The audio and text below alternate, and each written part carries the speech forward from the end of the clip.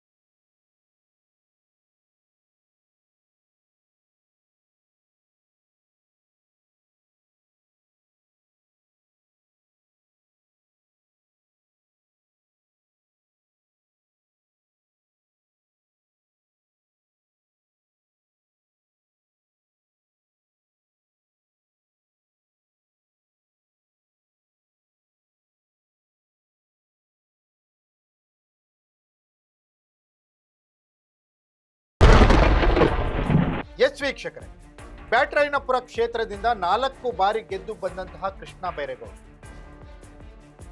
ಬ್ಯಾಟರಾಯನಪುರದಲ್ಲಿ ಮಾಡಿರುವ ಹಗರಣಗಳೆಷ್ಟು?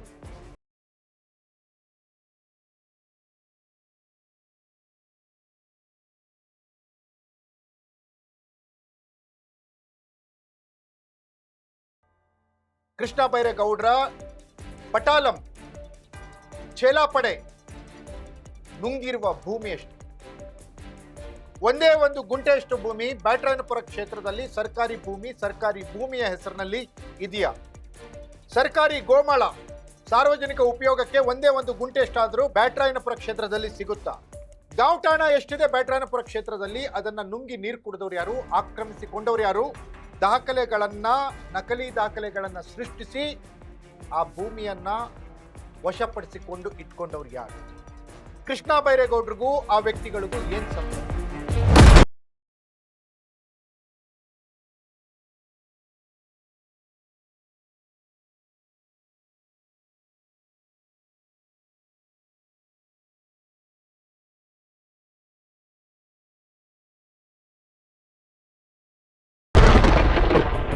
ಎಸ್ ವೀಕ್ಷಕರೇ, ಇಡೀ ದೇಶಾದ್ಯಂತ ಈಗ ಸದ್ದು ಮಾಡ್ತಾ ಇದೆ ಬ್ಯಾಟರಾಯನಪುರದ ಕೋಗಿಲು ವಾರ್ಡ್ನಲ್ಲಿ ನಡೆದಿರುವಂತಹ ಅಕ್ರಮ ಕಟ್ಟಡಗಳನ್ನ, ಅಕ್ರಮ ಮನೆಗಳನ್ನ ತೆರವುಗೊಳಿಸ್ತಾ ಇರುವಂತಹ ಕೆಲಸ.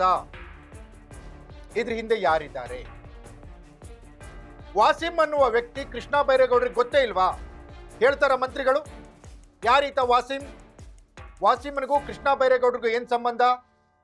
ವಾಸಿಮನಿಗೂ ಈಗ ತೆರವುಗೊಳಿಸ್ತಾ ಇದ್ರಲ್ಲ ಮನೆಗಳಿದಾವಲ್ಲ, ಆ ಮನೆಗಳಿಗೂ ಏನ್ ಸಂಬಂಧ?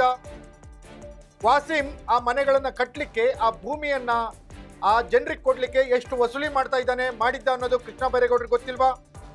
ವಾಸಿಂ ವಸೂಲಿ ಮಾಡಿರೋದ್ರಲ್ಲಿ ಕೃಷ್ಣ ಬೈರೇಗೌಡರಿಗೆ ಎಷ್ಟು ಪಾಲು ಹೋಗ್ತಿತ್ತು ಅದು ಕೃಷ್ಣ ಬೈರೇಗೌಡರು ಬಾಯಿ ಬಿಡ್ತಾರ?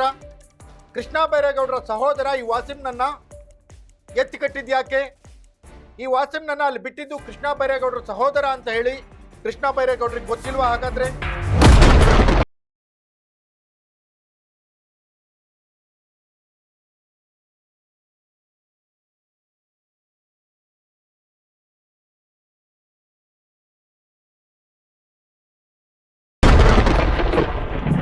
ಎಸ್ ವೀಕ್ಷಕರೇ, ಇದು ನೋಡಿ ಯಾವ ರೀತಿ ಈ ಭ್ರಷ್ಟಾಚಾರ, ಯಾವ ರೀತಿ ಹಗರಣ, ಯಾವ ರೀತಿ ಅಂದ್ರೆ ಇದರಿಂದ ಸಾಯ್ತಾ ಇರೋರು ಯಾರು?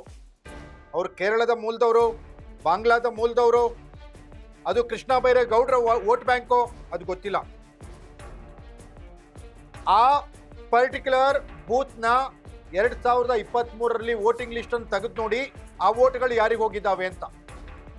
ಅವರೆಲ್ಲ ಯಾರು ಅಂತ? ಬಾಂಗ್ಲಾದವ್ರು ಎಷ್ಟು ಜನ ಇದ್ದಾರಲ್ಲಿ? ಕೇರಳದವ್ರು ಎಷ್ಟು ಜನ ಇದ್ದಾರಲ್ಲಿ? ಅವರೆಲ್ಲರೂ ದಲಿತ ಸೇನೆ ಹೆಸರಿನಲ್ಲಿ ಪುತ್ಥಳಿಗಳನ್ನ ಕಟ್ಕೊಂಡು ಸರ್ಕಾರಿ ಜಾಗ, ಆ ಬೆಲ್ಟ್ ಎಷ್ಟಿತ್ತು ಗೊತ್ತಾ? 100 ಎಕರೆ ಸರ್ಕಾರಿ ಜಾಗ ಬೆಲ್ಟ್ ಇವತ್ತು ಇದೇ ಕೃಷ್ಣ ಬೈರೇಗೌಡರ ಚೇಲಾಗಳಿಗೆ, ಕೃಷ್ಣ ಬೈರೇಗೌಡರ ಟೀಮ್ಗೆ ಹರಿದು ಹಂಚೋಗಿದೆ. ಒಂದು 5-6 ಜನರಿಗೆ ಮಾತ್ರ ಗ್ರಾಂಟ್ ಆಗಿದೆ. ಉಳಿದಿರೋ ಜಮೀನನ್ನ ಇವರೇ ನಕಲಿ ದಾಖಲೆ ಸೃಷ್ಟಿಸಿ ಹೈಕೋರ್ಟ್ವರೆಗೂ ಹೋಯ್ತಲ್ಲಿ. ಏನ್ ಮಾಡ್ಲಿಕ್ಕಾಗಿ?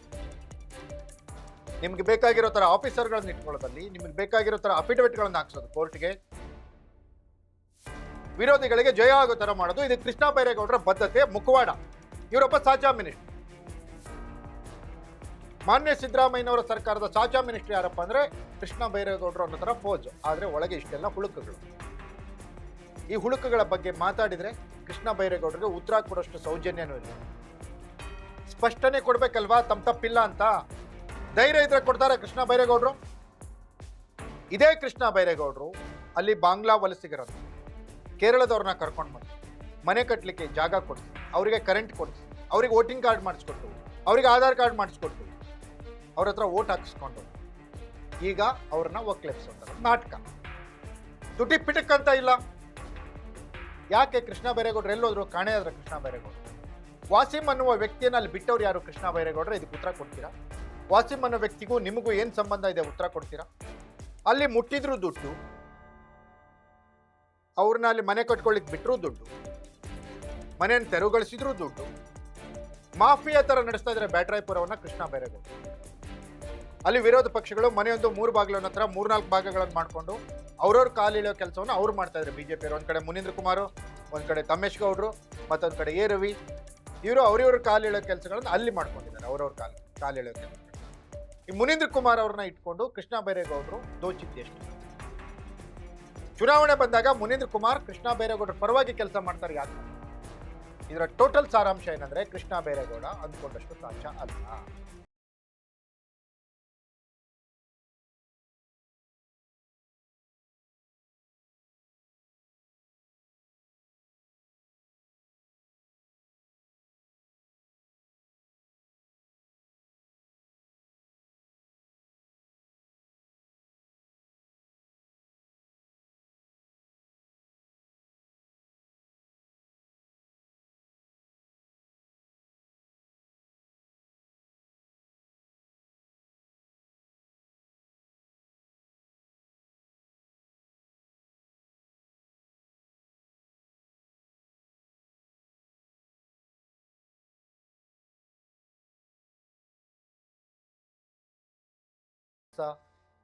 ತಮ್ಮ ಕ್ಷೇತ್ರದಲ್ಲಿ ಆಗಿರುವ ಭ್ರಷ್ಟಾಚಾರದ ವಿರುದ್ಧ ಕ್ರಮ ಕೈಗೊಳ್ತಾರ?